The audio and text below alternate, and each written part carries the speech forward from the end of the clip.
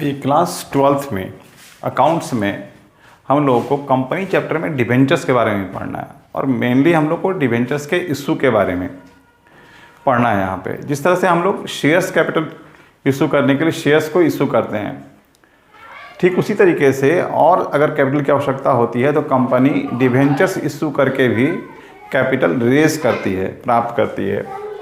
और ये इसमें मुख्य फ़ायदा ये होता है कि डिबेंचर्स का पैसा जो होता है वो एक निश्चित अवधि के बाद लौटा दिया जाता है, इसलिए ये थोड़ा आसान होता है कंपनी के लिए भी। इसमें एक निश्चित दर से जो ख़रीदते हैं डिबेंचर्स को उनको ब्याज दिया जाता है, इंटरेस्ट दिया जाता है। तो हम लोग को थ्योरेटिकल पोर्शन पे अभी मैं ध्यान नहीं दे रहा हूँ, यहाँ पर आपको एंट्री समझा रहा हूँ कि अगर कंपनी डिबेंचर्स को इशू करती है तो उससे रिलेटेड जर्नल एंट्रीज क्या होंगे। अभी मैं बिल्कुल सिंपल जो इसका बेसिक एंट्री होता है उसको समझा रहा हूँ। जैसे आपने शेयर्स पढ़ा, तो अगर शेयर्स का एंट्री आपको अच्छे से ढंग से याद है तो डिबेंचर्स की एंट्री में भी ज़्यादा प्रॉब्लम नहीं जाएगा। आप 1 मिनट में उसको ध्यान से देखेंगे तो याद हो जाएगा बिल्कुल।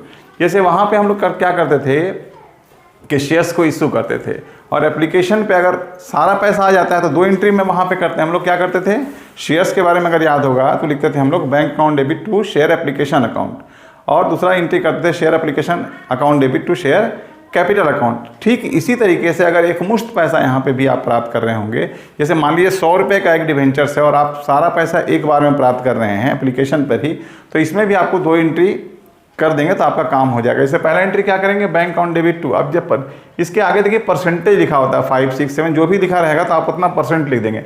Bank account debit two percent debenture application account. अब मान लीजिए 100 रुपये मैंने बताया तो 100 रुपये यहाँ लिखेगा, 100 रुपये यहाँ लिखेगा।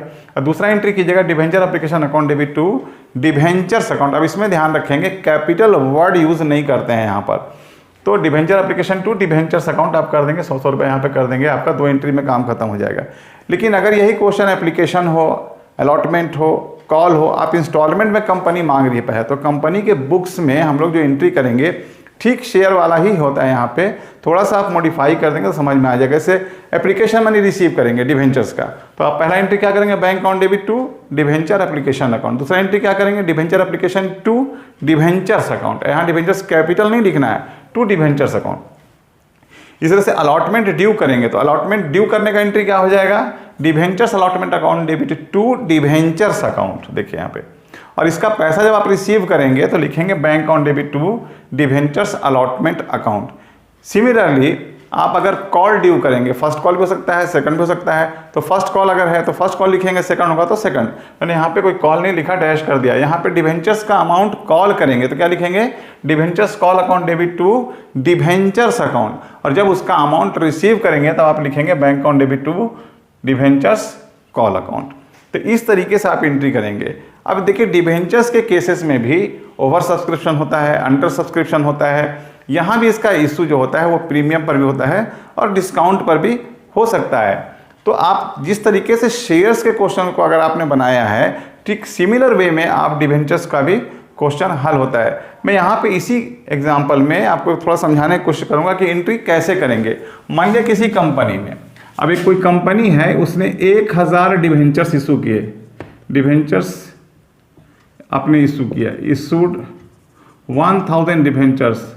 अब यहाँ पे मैं लिख दे रहा हूँ 10% डिबेंचर, सपोज 10% डिबेंचर्स है और अमाउंट रिसीव कर रही है कंपनी ऑफ रुपीज़ यहाँ पे मैं बोल रहा हूँ इसका है, चलिए 100 से ही समझा देता हूँ।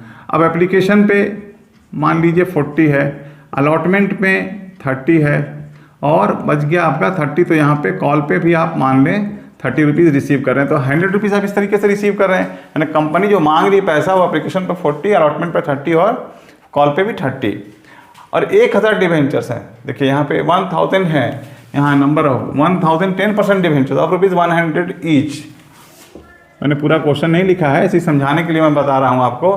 तो अब 1000 से मल्टीप्लाई करेंगे। अगर सभी राशि टाइमली आपको रिसीव हो गई है, कोई ओवर सब्सक्रिप्शन केस मैं नहीं बता रहा हूँ अभी, अंडर सब्सक्रिप्शन कभी नहीं है, 1000 इशू किया और 1000 का एप्लीकेशन आपने रिसीव किया और अलॉटमेंट और कॉल का अमाउंट भी पूरा अगर मिल जाता है तो आप एंट्री कैसे करेंगे। अब यहाँ पे 1000 को मल्टीप्लाई कीजिएगा 40 से, तो यहाँ पे लिखेंगे bank account debit to 10% debenture application account. अब यहाँ 40 से मल्टीप्लाई कर दिएगा तो यहाँ पे हो जाएगा 40,000। अब ये ट्रांसफर हो गया यहाँ पे, debenture application to debentures account 40,000, यहाँ पे 40,000।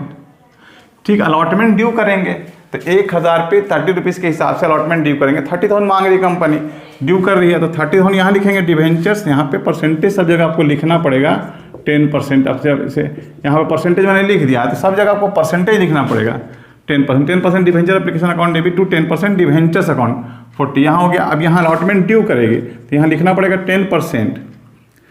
10% debentures allotment account debit to 10% debentures account. तो 30 को 1000 मल्टीप्लाई करेंगे तो यहाँ पे आ जाएगा 30,000 रुपये। देखिए, और ये अमाउंट रिसीव जब करेंगे तो bank account debit to 10% debentures allotment account 30,000। बहुत आसान है ये बनाना, कोई बहुत ज़्यादा दिक्कत नहीं होगा इसको बनाने में। और क्वेश्चन जरूर पूछे जाते हैं, इससे ध्यान रखिएगा। इस तरह से आप कॉल ड्यू करेंगे तो 1,000 को मल्टीप्लाई का 30 से, अब यहाँ पे 10% debentures call account debit to 10% debentures account 30,000। यहाँ पे 30 ही मांगेंगे, अब 30 ड्यू करेंगे यहाँ पे। और यहाँ रिसीव हो गया तो bank account debit to 10% debentures call account 30,000। तो अगर शेयर्स के बारे में, शेयर इशू ऑफ शेयर्स आपने बहुत अच्छे ढंग से बना लिया है तो आप डिवेंचर्स को बहुत इजीली बनाएंगे। इसमें बहुत ज़्यादा आपको मेहनत करने की ज़रूरत नहीं है। कुछ क्वेश्चंस में ओवर सब्सक्रिप्शन, अंडर सब्सक्रिप्शन और प्रीमियम और डिस्काउंट से रिलेटेड क्वेश्चंस को मैं नेक्स्ट क्लासेस में आपको नेक्स्ट वीडियो में बताने की कोशिश करूँगा। आप पहले इस क्वेश्चन को जो बेसिक है उसको समझने की कोशिश कीजिए। एक बार दो बार देखिएगा तो बिल्कुल समझ में आसानी से आ जाएगा। और मेरा रिक्वेस्ट होता है कि अगर आपको कोई प्रॉब्लम है तो आप हमको फिर उसमें कमेंट में कीजिए। मैं आपको कमेंट लिखिए कि हमको ये यहाँ पे दिक्कत हो रहा है, तो मैं आपको थोड़ा और आसान तरीके से उसको समझाने की कोशिश करूँगा। चैनल को सब्सक्राइब कीजिए, लाइक कीजिए और शेयर ज़रूर कीजिए दोस्तों के बीच में। ओके।